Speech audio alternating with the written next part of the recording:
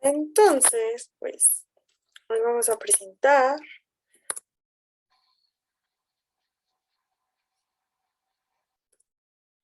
lo que es el tema de la clasificación de artrópodos y animales venenosos.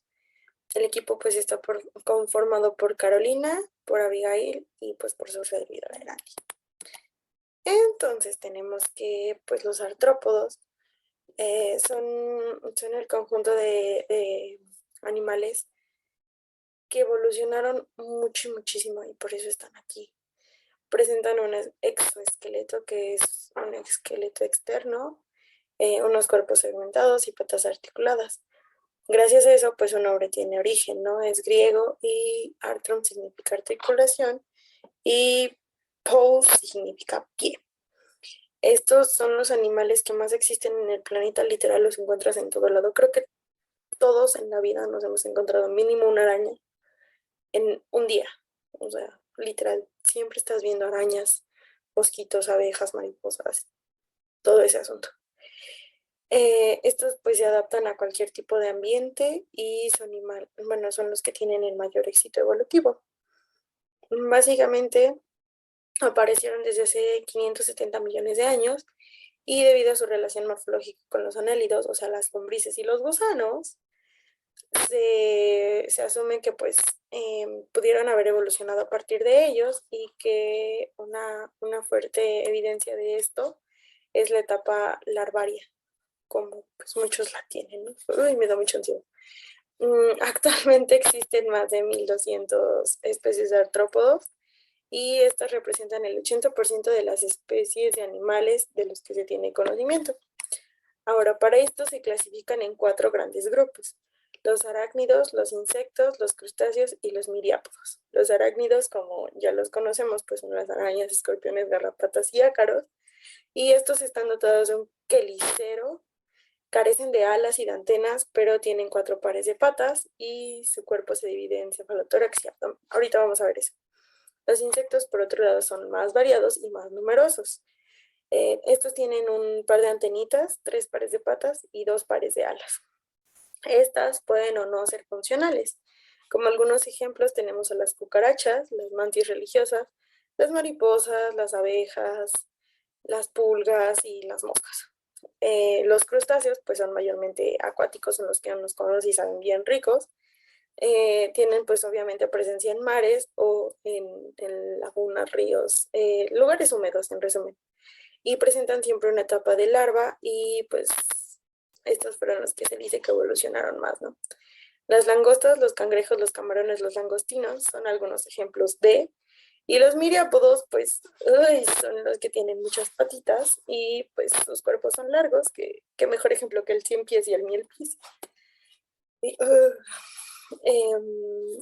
en el mundo podemos encontrar que de los arácnidos existen 92.909 especies aproximadamente conocidas. De los insectos existen 1.004.898 especies, de los crustáceos 44.920 y de los miriápodos 15.200. Ok, la anatomía, primero fue esta cosa, que son los anélidos, los antecesores, y pues su cuerpo era muy largo y muy blando y estaba segmentado. Todos ellos pues eran muy similares y tenían patitas. Después ya se fueron creando las superficies del cuerpo hasta formar un exoesqueleto, o también llamado cutícula, y esta contiene una quitina, proteínas, lípidos y sales de calcio. Pues estos tienen como características morfológicas y fisiológicas fundamentales, que es la presencia de apéndices, la del exoesqueleto y los segmentos. Y yéndonos más a la anatomía y morfología, pues ya sabemos que los arácnidos se dividen en abdomen, cefalotórax, tienen un exoesqueleto, tienen un par de ojos simples, tienen una boca, órganos táctiles y olfativos, tienen 4 pares de patas articuladas, y los insectos como tal tienen cabeza, tórax, abdomen, tienen alas o algunos no tienen. tienen ojos, mandíbula, antenas, 3 pares de patitas.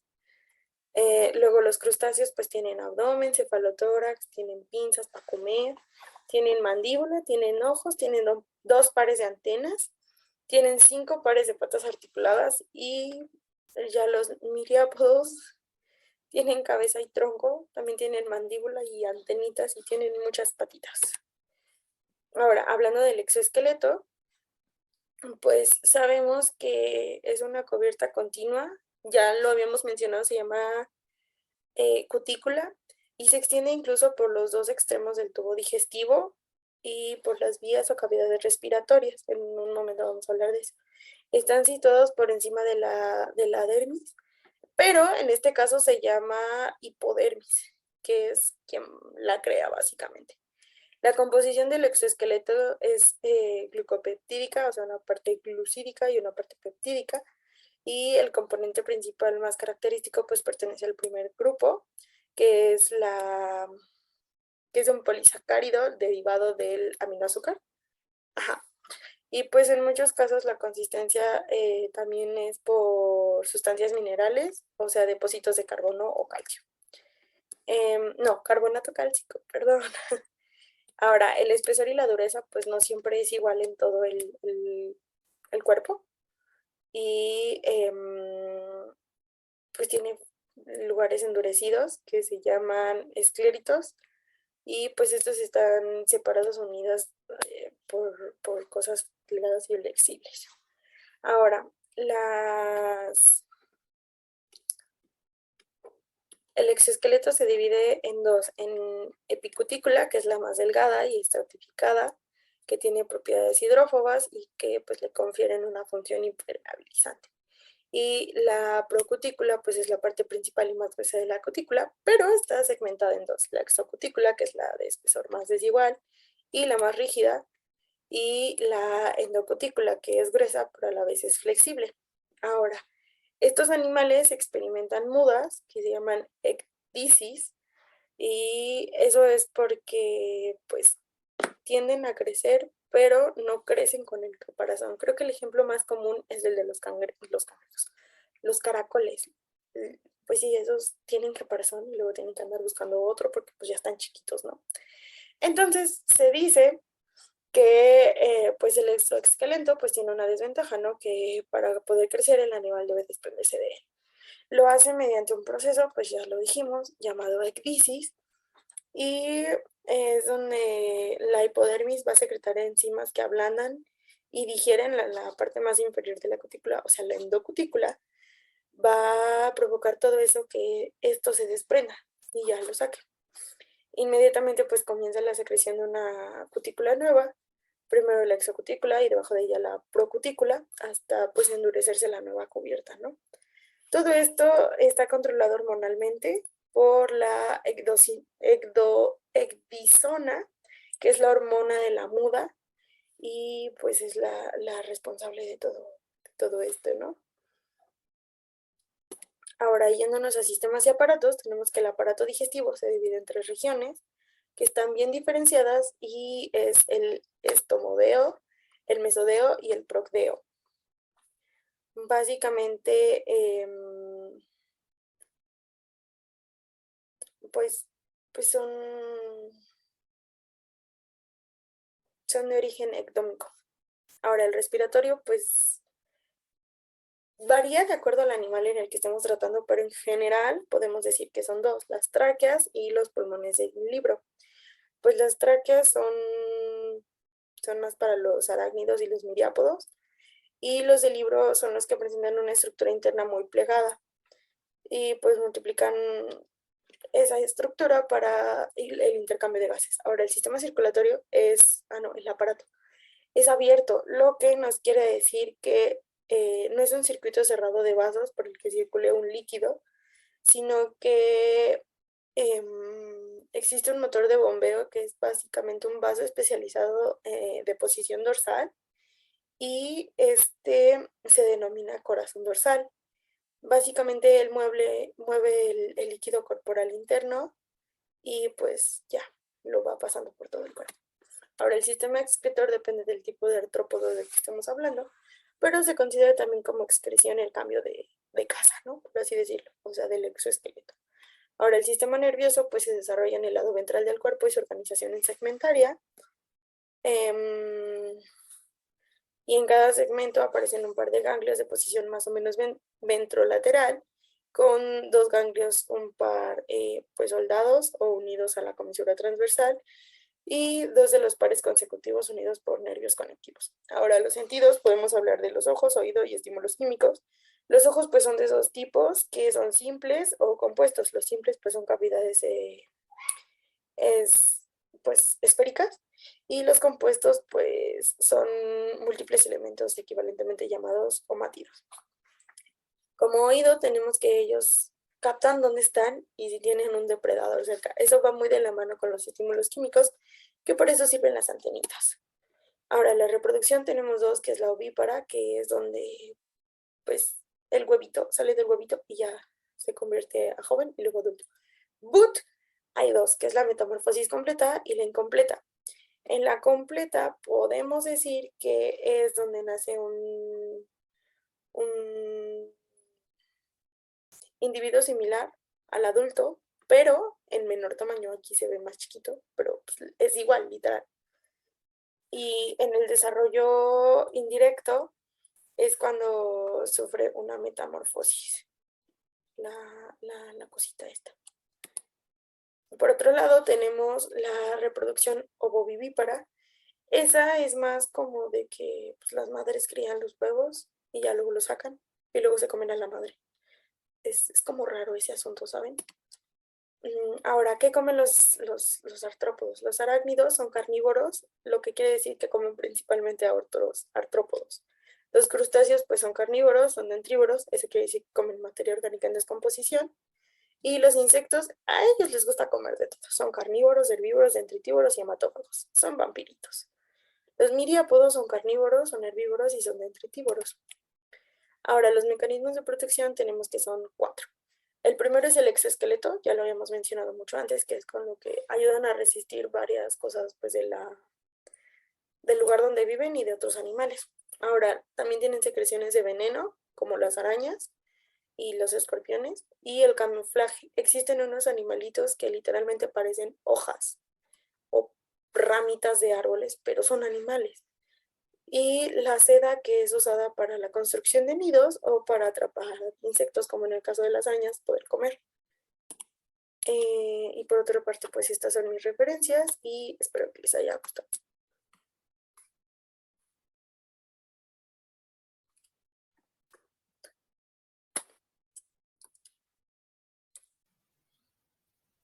Hola, yo soy Abigail y yo voy a presentar el- la ecología de los artrópodos y la importancia médica. Bueno, los artrópodos son los organismos más diversos y abundantes del reino animal y ellos contribuyen significativamente a funciones ecológicas vitales, como lo es la polinización, la descomposición de materias orgánicas y regulación de poblaciones. Al mismo tiempo, algunos artrópodos, debido a sus hábitos alimenticios, atacan cultivos agrícolas, dañan los bosques e incluso productos almacenados. Por eso se convierten en plagas, mientras que otras especies transmiten graves enfermedades a los humanos y sus animales domésticos. El cambio climático que se ha estado desarrollando y que hoy en día está presente está modificando los hábitos de muchos artrópodos, por lo que se torna necesario estudiar sus poblaciones, interacciones y posibles impactos, tanto ambientales, económicos como de salud. Los artrópodos prestan diversos beneficios a los ecosistemas en los que viven. Algunos, por ser herbívoros, participan en el flujo de energía y nutrientes, como lo son los escarabajos.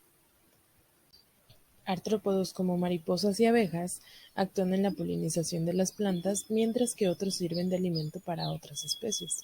Forman parte de la cadena alimenticia, como todos nosotros. Los artrópodos se encuentran en todo el mundo y en todos los medios, como puede ser acuático, terrestre y aéreo, y se pueden encontrar en casi todo tipo de hábitat, desde bosques hasta ciudades. Para ayudar a los artrópodos podemos evitar talar bosques nativos, no contaminar los medios, ya los habíamos mencionado, acuático, terrestre y aéreo, y evitar un daño directo como pisarlos o fumigarlos, si estos no presentan ningún peligro, o sea, no son ninguna plaga o algo por el estilo. Los artrópodos pueden ser carnívoros, herbívoros, parásitos, detritívoros y hematófagos. Los artrópodos tienen, considero yo, una gran importancia médica porque pues son muchos y están alrededor de todo el mundo. Entonces, pues pueden actuar como transmisores de agentes infecciosos como virus, en los que encontramos el Plasmodium vivax y la Yersinia pestis. En las bacterias encontramos la Salmonella y la Borrelia recurrentis, entre otros, obvio. Y en los parásitos está la Entamoeba histolítica y la Toxoplasma gondii. También solamente son algunos. Em, Incluso tienen la facilidad de provocar enfermedades y molestias como la pediculosis, perdón, que son los piojos, y la miasis, que por si no lo recuerdan son esas como larvas de mosca, o bueno, los huevecitos ahí que se ponen o se encastan en la piel y te hacen como diversos hoyitos. También pueden causar diversas patologías por su veneno, a través de su mordedura, picadura o contacto, que no es lo mismo. La viuda negra o capulina es un ejemplo de este tipo de artrópodo. Y bueno, aunque la picadura y mordedura frecuentemente son la causa de las consultas, en las alergias a insectos y arañas también demandan atención médica en gran cantidad. Un ejemplo de alergia pueden ser las abejas, las hormigas, tanto negra como roja, bueno, colorada, las avispas y los avispones. Y aquí hay una imagen. Esto sería todo de mi parte.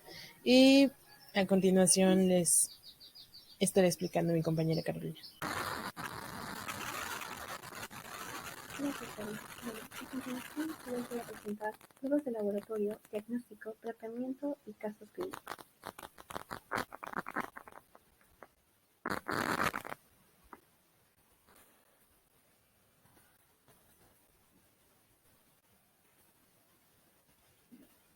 El examen clínico debe ir acompañado de una anamnesis detallada con las características epidemiológicas del accidente y la cronología de los signos y síntomas.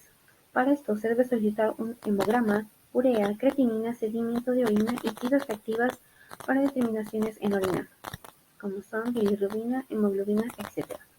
Hepatograma y coagulograma.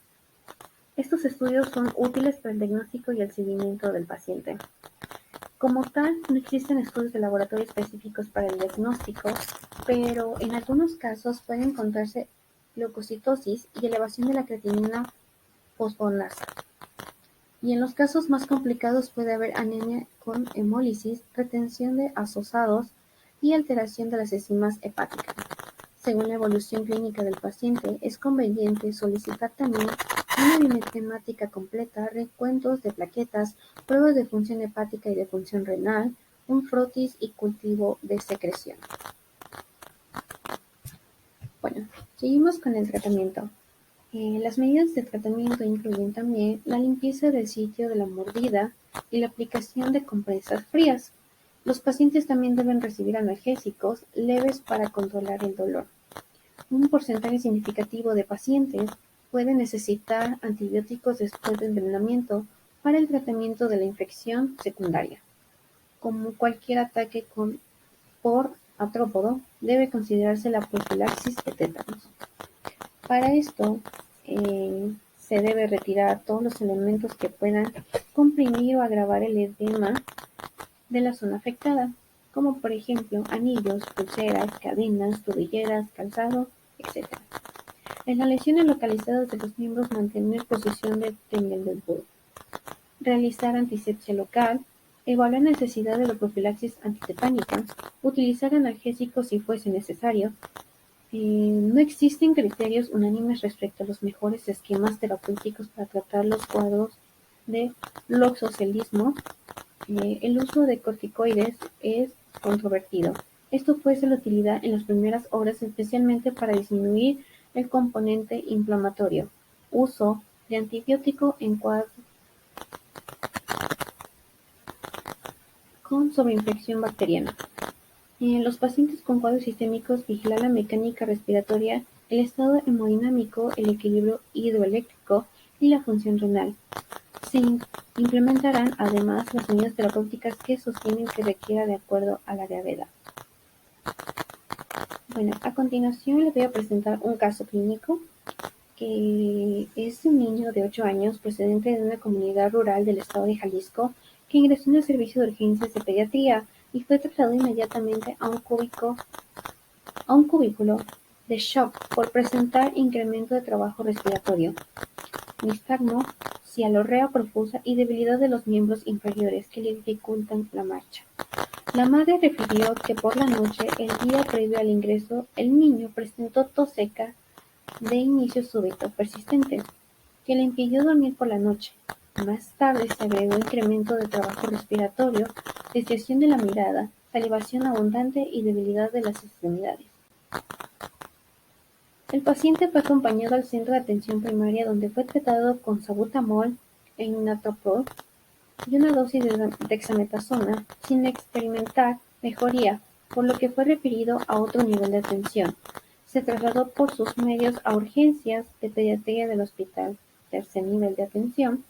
Se negó la presencia de alergias y refirió haber ingerido el último alimento 24 horas antes del ingreso.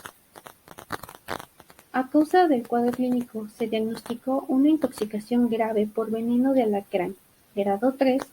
Se decidió proceder a la intubación endotraqueal y ventilación mecánica debido al deterioro de la función respiratoria. Se administraron 2 frascos de flavoterapia específica, el suero antialacrán, previos a la intubación y uno inmediatamente después.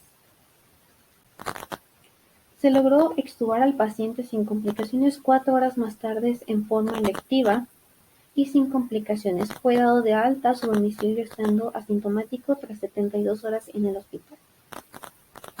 A continuación tenemos otro caso clínico de una mujer de 21 años que consultó por haber observado una lesión en el pequeño tamaño en el párpado superior derecho de crecimiento progresivo en las últimas 4 horas.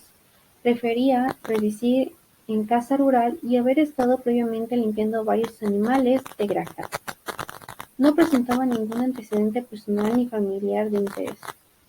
La exploración oftalmológica mostraba un insecto de color rojizo de 2 milímetros adherido al borde libre del párpado superior derecho. La agudeza visual era de la unidad en ambos ojos y el resto de la exploración, incluido el fondo del ojo, fue normal. En el tratamiento consistió en la aplicación de un bastocillo impregnado en gasolina del mechero. La liberación progresiva de las mandíbulas permitió la extracción íntegra con una pinza. El espécimen fue enviado a servicios de anatomía patológica para verificar su integridad y la facultad de veterinaria para su identificación, siendo información como RC o garrapata común del perro. La paciente fue sometida a la exploración para destacar la presencia de otros artrópodos y a estudios en las posibles complicaciones locales o sistémicas. Durante 6 meses se realizaron serologías a las zoonosis transmitidas por las garrapatas que fueron negativas. A continuación, la bibliografía de donde se sacó esta información. Muchas gracias por su atención.